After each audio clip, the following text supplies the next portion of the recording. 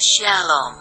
Selamat pagi. Sate pagi hari ini. Marilah kita membahas seri doa Bapa Kami. Dengan tema Engkaulah yang empunya kerajaan dan kuasa. Dan subtema, menghargai yang mulia. Adam Malik, Wakil Presiden Indonesia. Dia mencintai seni Tiongkok sehingga rela pakai uang berapa saja untuk beli barang seni. Di museumnya yang sekarang sudah tutup ada 4.000 barang yang sangat bernilai. Saya sudah pernah masuk museum itu. Paling sedikit ada 50 kali saya berkunjung dan semua tamu dari barat kalau datang ke Indonesia, saya bawa mereka ke sana. Mengapakah orang Indonesia asli Adam Malik, orang Sumatera begitu mencintai barang seni dari Tiongkok dan koleksinya begitu banyak? Sebagian dia beli, sebagian diberi orang Tionghoa sendiri. Barang-barang yang merupakan peninggalan orang tuanya dan nenek moyangnya diberikan kepada Adam Malik setelah kakek mereka meninggal. Barang itu diberikan kepada wakil presiden agar mereka dapat izin berdagang. Jadi orang-orang Tionghoa sendiri tidak mengerti seni Tiongkok. Waktu Adam Malik menjadi duta besar di Rusia, dia pakai kesempatan beberapa tahun itu untuk mengumpulkan ikon-ikon ortodoks sehingga di Indonesia memiliki benih-benih seni Rusia. Seluruh Indonesia hanya Adam Malik satu-satunya. Lebih 100 barang yang pernah saya lihat di museumnya. Sekarang di mana? Sama seperti keturunan orang Tionghoa yang tidak menghargai barang seni tadi, keturunan Adam Malik pun menjual itu semua. Yang dikumpulkan ayahnya setengah mati berpuluh-puluh tahun. 4.000 barang semua dijual habis. Rumahnya yang tadinya jadi museum sekarang tidak lagi. Ini semua jadi cermin bagi kita bagaimana hidup di hari depan. Banyak orang dengan susah payah mendirikan sesuatu yang bernilai dihabiskan oleh anak generasi pertama. Banyak orang tua dengan air mata dan keringat mendirikan suatu kebudayaan yang tinggi sekali akhirnya dihancurkan oleh anak cucunya karena perlu uang. Salah satu piring dari dinasti Sung yang lebarnya kira-kira 60 cm ada di Museum Adam Malik. Saya tidak pernah melihat dinasti Sung mempunyai piring celadon yang sebesar itu, tetapi sekarang sudah tidak ada. Barang itu di mana? Saya tidak tahu. Kalau piring itu dibeli untuk koleksi pribadi, maka piring itu tidak mungkin dilihat oleh banyak orang. Tetapi kalau diletakkan di museum bisa menjadi berkat jutaan manusia. British Museum didirikan secara mandiri oleh seseorang yang namanya Hans Sloan. Dia kumpulkan ratusan ribu barang dengan uang sendiri dengan bersusah payah. Sesudah tua dia mengatakan kepada pemerintah Inggris, "Saya sudah mau mati. Kedua anak saya miskin sekali. Saya tidak ada warisan untuk mereka. Uangnya saya pakai membeli barang seni agar seluruh Inggris boleh mengerti kebudayaan, mengetahui jejak kaki dari kristalisasi bijaksana manusia dari zaman dulu sampai sekarang. Kalau saya mati anak saya tidak tahu makan apa, jadi semua ini saya jual ke pemerintah. Kalau mungkin saya minta 20.000 pound sterling saja."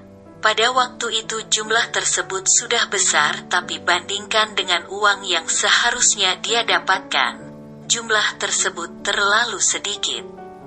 Akhirnya Kongres Inggris mengadakan rapat dan kemudian menyetujui memberikan 20.000 pound sterling kepada Hans Sloan untuk diwariskan kepada anak-anaknya. Semua anaknya perempuan, tidak ada laki-laki.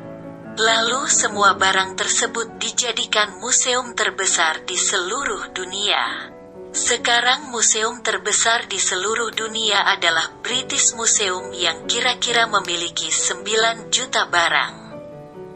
Museum terbesar kedua hanya 3 juta barang di Santa Petersburg. Museum terbesar ketiga ada di New York, kira-kira 2,9 juta barang. Sekarang seluruh dunia yang masuk ke museum 1 tahun lebih dari 15 juta orang. Museum selalu didirikan oleh orang gila. Orang yang mempunyai pandangan yang jauh tapi tidak dimengerti oleh orang-orang terdekatnya. Mereka yang tidak mempunyai visi dan tidak mengetahui apa yang menjadi kemuliaan dari kebudayaan manusia selalu mengkritik dan selalu menghakimi orang yang mengerjakan itu akhirnya baru dihargai. Beratus-ratus tahun sesudah dia mati. Orang yang mendirikan Singapura Symphony Orchestra sudah meninggal dan anaknya sekarang ada di Jakarta. Waktu dia melihat di Jakarta juga ada orkes simfoni dan ada satu gedung orkestra. Namanya Aula Simfonia Jakarta. Dia kaget. Dia berkata, di dunia ini masih ada orang gila. Papa saya dulu gila. Dia sudah meninggal. Sekarang muncul orang gila lagi namanya Stephen Tong. Lalu dia datang mencari saya. Dia orang Inggris. Dia ingin tahu siapa saya karena saya sedang mengulangi pekerjaan yang dikerjakan oleh papanya 60 tahun yang lalu. 60 tahun yang lalu ayahnya mendirikan orkestra simfoni di Singapura dalam kondisi tidak ada uang. Tidak ada orang dukung. Dia pakai uang sendiri, mati-matian dengan susah payah sampai kurang makan, supaya orang Singapura mengerti musik, tetapi tidak dihargai. Orang Tionghoa Singapura cuma tahunya kaya, cuma cari uang dan dagang. Musik tidak penting, seni tidak penting dan papa saya susah sekali sampai mati. Saya dibesarkan dalam keluarga seperti itu, kata anak tersebut.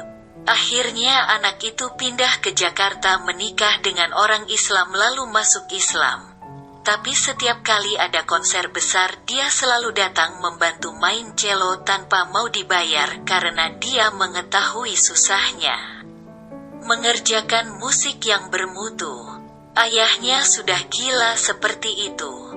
Stephen Tong juga gila seperti ini. Sesudah beberapa tahun di sini dia mengetahui susahnya mendirikan orkestra dan dia sering mengatakan masih bersyukur dapat membantu di sini. Waktu ayahnya ingin orang Singapura mengerti musik, ayahnya mengundang Yascha Haifet. Yascha Haifet adalah pemain biola nomor 1 di dunia. Di mancanegara, di Eropa, di Amerika.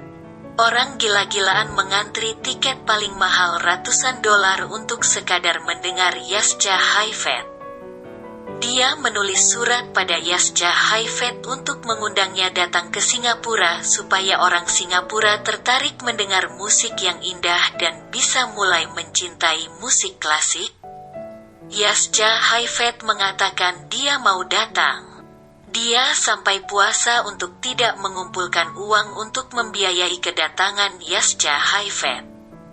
Lalu dia membuat iklan supaya orang Singapura mau datang mendengarkan Yascha Haifet. Pada waktu pemain biola terbaik dunia ini pentas yang hadir cuma 65 orang. Yascha Haifet setelah pentas mengatakan tidak akan pernah lagi kembali ke Singapura. Singapura tidak menghargai musik. Dia pulang, tidak pernah datang lagi. 50 tahun kemudian baru Lee Kuan Yew merasa malu. Singapura menjadi kota yang paling penting di Asia Tenggara. Tidak ada orang Singapura yang merantau menjadi pembantu di luar negeri. Hanya orang Indonesia, orang Thailand, dan orang Filipina yang pergi ke Singapura dan Hong Kong untuk menjadi pembantu di negara orang lain. Kapan Indonesia tidak lagi membantu? Kapan Indonesia bisa memiliki ekonomi yang kuat? Kapan bangsa kita tidak perlu menjadi pembantu orang lain? Ini semua harus ada dalam pikiran kita. Kalau engkau hidup di Indonesia tidak memikirkan kebahagiaan seluruh bangsa Indonesia, engkau bukan penduduk yang baik. Itu sebab saya berkata orang minoritas kalau terus berjuang untuk kebahagiaan. Orang mayoritas dengan sendirinya dia terlepas dari status minoritas. Dia menjadi berkat bagi seluruh bangsa. Lee Kuan Yew mulai tahu negaranya tidak boleh tidak ada musik, tidak boleh tidak ada kebudayaan, tidak boleh tidak ada museum. Maka dia mulai memakai uang sebanyak mungkin untuk menarik perhatian seluruh dunia bahwa di Singapura ada musik, di Singapura ada kebudayaan, di Singapura ada museum. Namun museum di Singapura masih kalah jauh sama museum kita di sini. Mereka tidak sanggup mencari barang-barang yang paling penting. Esplanade adalah gedung konser paling mahal di Asia Tenggara. Dibangun dengan dana 580 juta dolar Amerika. Setelah itu pemerintah Singapura harus memberikan subsidi kira-kira 6,5 juta dolar Singapura agar Esplanade bisa terus hidup. Pemerintah Indonesia bukan saja tidak memberikan 1 rupiah untuk mensubsidi gedung konser di sini, mereka malah mengambil ratusan juta pajak penjualan tiket. Tetapi Tuhan berkata, Stephen Tong, engkau jangan tinggalkan Indonesia. Engkau di Indonesia memperbaiki Indonesia, membuat orang Indonesia mengerti Injil, mengerti Tuhan, mengerti firman Tuhan, dengan bayar harga sebesar mungkin. Engkau perlu mati untuk Tuhan. Saya bersiap untuk menjadi martir bagi Injil. Saya bersiap untuk jadi orang yang dibunuh bagi Injil Yesus Kristus. Khotbah saya tidak akan berkompromi. Saya akan terus terang mengatakan kebenaran Alkitab. Engkau terima tidak terima itu urusanmu dengan Tuhan.